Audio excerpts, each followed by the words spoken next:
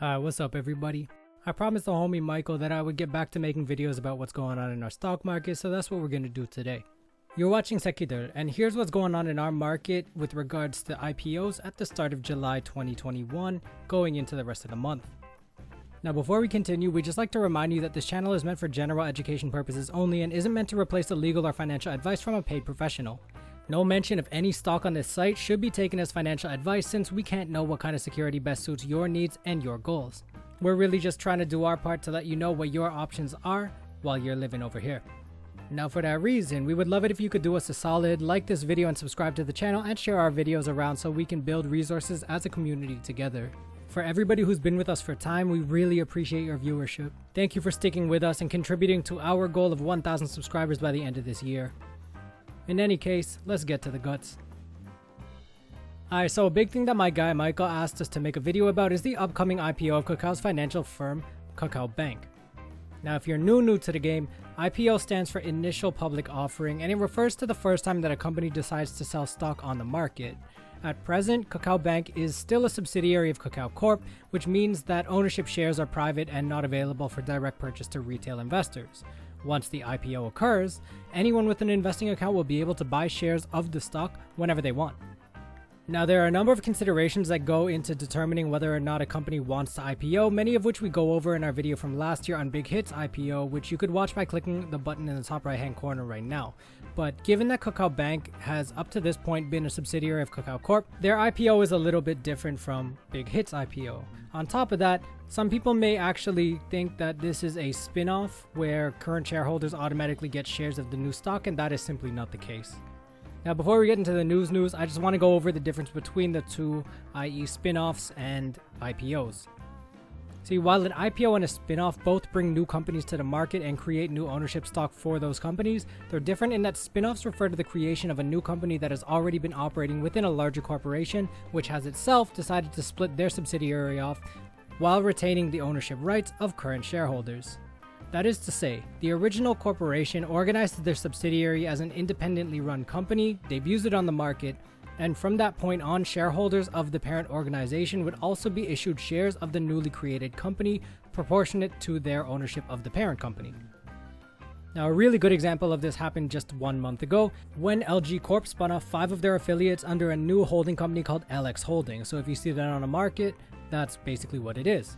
Doing so effectively allowed LG Corp to focus on its main industries, electronics, chemicals, and telecommunications, while simultaneously reducing the burden of managing their logistics and materials businesses. Comparatively, Cacao Bank's IPO will be similar to that of last year's Kakao Games IPO. Investors looking to own a piece of the new company will have to go about it as they would with any other IPO, through the process of subscription, deposit, and purchase. And now we're at this point, it does beg the question. What is an IPO subscription and how does it work? Well, this is pretty easy to answer. About a week before a company IPOs or debuts on the market, investors have a chance to subscribe to a number of shares at a set price prior to the stock's appearance on the market.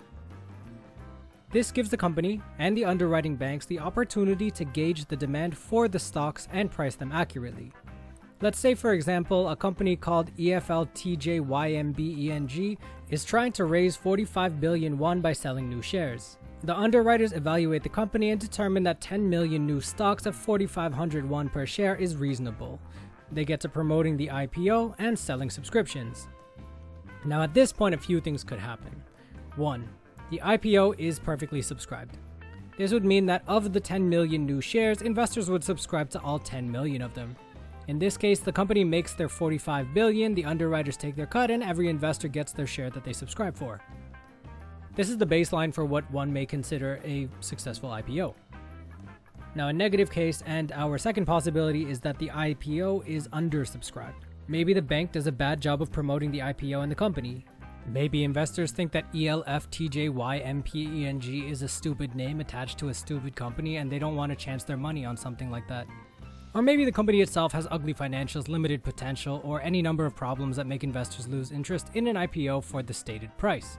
In any case, undersubscriptions, especially those that fail to reach a threshold of about 80 to 90%, can mean disaster for the underwriters and the companies themselves, since they not only fail to reach their goals, but in the case of the underwriters, they may have to eat the extra stocks and lose out on commissions. Another option would be to push the IPO and drop the price, as happened last month with SD Biosensor, who pushed their IPO to this month.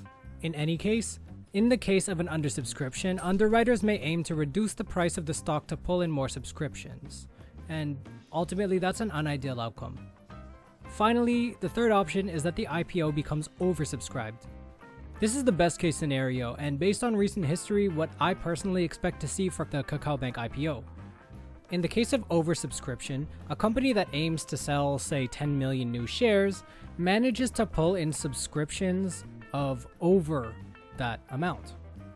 In this case, underwriters could max out the offering price, as was the case with Kakao Games last year, raising more money than the company and the underwriters were aiming for initially. Oversubscriptions also suggest that the stock's price itself will take off after market open and can generate even more buzz for the company's IPO. This was the case for SK Bioscience's IPO back in March, which was oversubscribed by 335 times its initial offers. Last year, Kakao Games' oversubscription was 1,479 times the initially offered shares, which is a beautiful thing if you are an underwriter for those companies. So what happens in the case of an oversubscription? Well, it depends. In most cases, each subscriber would be awarded at least one share, with the remaining shares divvied up between those who subscribe for more. In some cases, the price increase may lead to a few subscribers dropping out. In any case, it would be down to the underwriters and the companies themselves to determine how to go forward with an oversubscribed IPO. And now finally, let's talk about Cacao Bank. Cacao Bank is one of two major online banks that have appeared on the market since 2015, the other one being K-Bank, which is backed by a number of institutions you may know, like NH, KB, and URI. Up to this point, it has been a subsidiary of Kakao Corp and has blossomed due to its connection to its namesake. Now, based on the current evaluations of the company in its consideration of its IPO launch, it could actually fly up the rankings and become the third largest retail lending company in the country by market cap, trailing only KB and Shinhan Financial, and that's a massive feat. Now, I'm personally not going to analyze the stock because, well, it doesn't exist yet, and IPOs are difficult to gauge in general. Owning a company out the gate can feel great, it can feel like you got in on a deal, but then it could also feel really bad if the price drops slowly or quickly in the next few days. Sometimes it takes weeks, sometimes it takes months. In the case of Kakao Games last year, it dropped pretty quick 2 days after the IPO. I mean, it rebounded since, but it's not uncommon for somebody to be affected by cognitive errors watching a stock that they just bought start to drop. But if you are in a situation where you are looking to subscribe, then the important dates start on the 21st, which is when the Suyo Yetuk is scheduled, during which time the firm and underwriters will forecast demand for the stock and adjust their prices accordingly. July 26th and 27th are the key dates for subscription. They're the only 2 days that you can subscribe. And to subscribe, you would need to find the Gongmo Cheongyak menu in your app and put the number of shares that you'd like to subscribe to in. Gongmo means public offering, Cheongyak means subscription. In the case of a popular IPO in which the subscription rate is high, investors who want more than one share often oversubscribe with the knowledge that once the shares are divvied up, they are unlikely to get their whole lot. It's kind of a gamble, so if you're going to go for that, make sure that you can cover the whole subscriptions in the case that you get all of them. But if we see that the IPO is oversubscribed after the first day, it might not be likely that you would get the whole lot anyways. Now, my broker makes me pay half of the money up front first, based on the number of bids that I make and the price of each stock. But it may be different with others, I'm not too sure. You might have to check. In my case though, the next important day would be July 29th because that would be the day that I would be expected to pay the rest of it in full based on the way that the shares have been divvied up by the underwriters after seeing the demand. Finally, the stock will hit the market on August 5th. Now, if you want to get into the business, definitely remember that Cacao Bank is a bank that lends to retail customers, which means that its business model is based on taking on heavy liabilities. It's a bank, it's what they do. It's also one of the reasons why banks and other financial institutions around Korea don't tend to fare too well on the market when compared to other industries, since the looming shadow of the nation's household debt has grown to the 90% range when compared to our nominal GDP. That just means the amount of debt in the country is almost the same as the amount of money that's transacted and exchanged in the country per year. Anyways, while this isn't as high as it was at the end of December last year, banks still remain a worrisome asset for some due to their vulnerabilities in the case of major economic downturns or shocks to the credit market. So, as usual, this is a situation where you would have to base your decision off your long-term goals and your investment horizon. Now, one more thing to note that actually just came out today was that Kakao Pay set up its IPO schedule this past week with a subscription date of August 4th to 5th and a listing date of August 12th. Remember that Cacao Pay and Cacao Bank are two different subsidiaries, with Cacao Pay being 45% owned by Ant Group, which is Jack Ma's technology group, with the other 55% being owned by Kakao at present. Now, this also means that Cacao Bank and Cacao Pay will be listing within 1 week of one another. If you only have capital for one, or you think one has an advantage over the other, maybe mull it over a bit.